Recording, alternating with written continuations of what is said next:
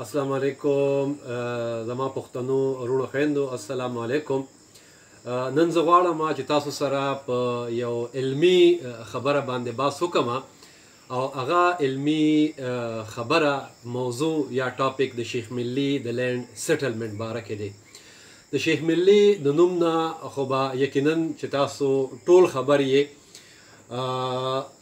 دا زمونږه د پښتنو هغه یو رهبر، هغه یو رهنما او هغه یو لیډرو چې د پښتنو په علاقه کې د سوات، ملکنډ د دې علاقو نه راوالي تر دریای سند پورې هغه د ځمکو بندوبست یا لینډ سیټلمنټ کړی په 14مه صدۍ کې.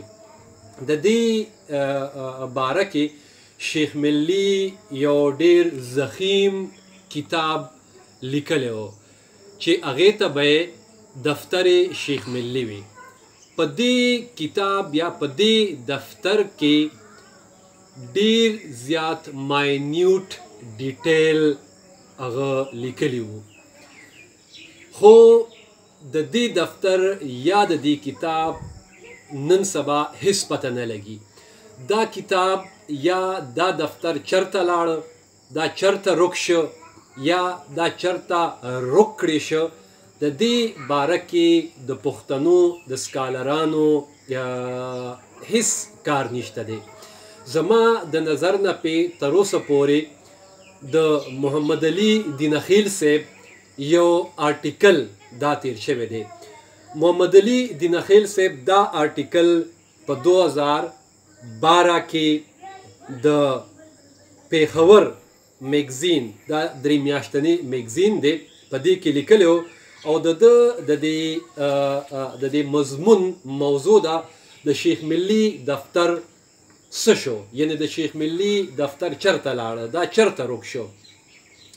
محمد علي دینخیل صاحب د شیخ ملي د دفتر باره کې دا وایي چې دا چېرته هوایي خبره نه ده. دا دفتر و په دې کې د پښتنو د ځمکو د تقسیم باره کې ډیټیل درج شوي وو او هغه د خوشحال خان خټک د دې شعر حواله ورکوي چې 2 کاره دي په سوات کې که خفي دي که جلي، 2 کاره دي په سوات کې که خفي دي که جلي، مخزن د درویزه دی یا دفتر د شیخ ملي. یعنی دا شعر خوشحال خان خټک په 1675 کې یا موږ دام ویلی شو، محمد علي دینخیل صاحب دا لیکلی دی چې خوشحال خان خټک اګست 1675 کې په سوات دورې ته تللی او هلته هغه 2 میاشتې تېرې کړې وې. د دې مطلب دا دی چې خوشحال خان خټک دا دفتر په خپله لیدلی دی، په خپله لوستی دی یا نه دی لوستی، خو د دې شعر نه دا ثابتېږي چې د شیخ ملي دا دفتر په پښتنو کې یو ډیر عام کتاب و. د هر قبیلې مشر سره به یقینا د دې یو نسخه یا د دې یو کاپي پرته وه. د دې نه پس دینخیل صاحب دا لیکي چې میجر راورټي په خپلو کتابونو کې د شیخ ملي د دفتر ذکر کړی دی. 1858 کې شیخ ملي رایل ایشیاټک سوسایټي جرنل کې داسې لیکي چې ما سوات ته یو کس د شیخ ملي د دفتر د موندلو یا د راوړلو دپاره ولیږه. هغه د سوات هر یو کلی ولټو، خو دا دفتر یا دا کتاب یې په لاس ونه مونده.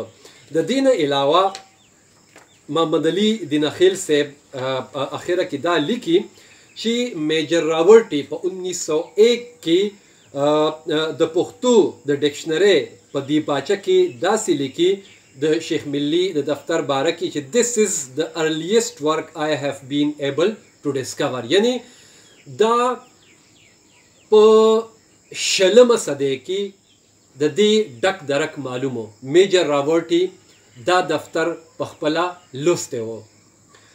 د دې نه پس چې کله د سوات باچا حضرت میاګل عبدالودود د ګرځنده ویش نه تنګ راغی. ګرځنده ویش دا د شیخ ملي د ځمکو د ویش یو فیچر و. دې ته به د ځمکې تبادلې وي چې 15 کاله پس یا 10 کاله پس به پوره یو کلی یا پوره یو قبیله یا پوره یو خیل به بل خیل سره ځمکې بدلولې. نو د سوات باچا د دې ګرځنده ویش ته تنګ راغی او هغه بیا د توریران ویش فیصله وکړله.